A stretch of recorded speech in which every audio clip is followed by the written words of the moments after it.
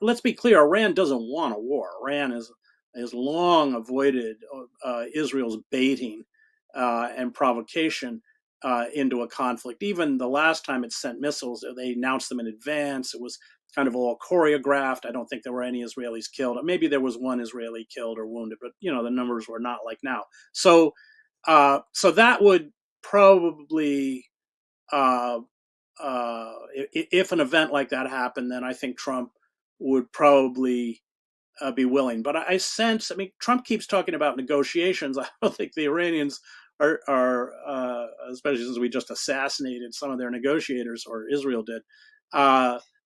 It does seem that he's reticent. That's my reading of it. But Trump is so mercurial and so impulsive, and what he says one day denies the next. He's a very hard person to read. He probably can't read himself. So I guess the red line is if U.S. installations are hit. My guess is that the Iranians are not going to do it because they've got enough on their hands with the Israelis. All right, let me turn now to Gaza.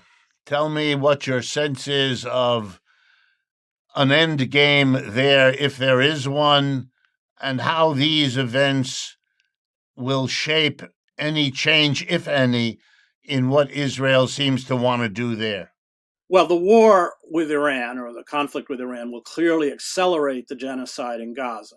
I think this is the last chapter of the genocide. Israel has no intention of lifting the blockade, which includes food. People are starving. They are rushing on, and they've very cynically set up this, Gaza Aid Foundation in the south. Nobody argues that there's anywhere enough food. I think there's only 4 feeding hubs. I'm not sure even they're operable. Every day they're firing on desperate crowds, killing people, a few dozen people a day. And what they're doing is using those food hubs, which are all in the south along the 9-mile border between Gaza and Egypt, around Rafah, or this border city, Rafah, to entice people down to the south. And I wouldn't be surprised if at a certain point the Israelis facilitate a breach in the fence, because there are parts of that border that are just fence. And despite deep Egyptian objections, allow Palestinians to essentially stampede into the northern Sinai. It may end some other way. I don't know. But that, I think we're now seeing the last few weeks of the genocide. And I think Israel is thrilled that the focus is on Iran.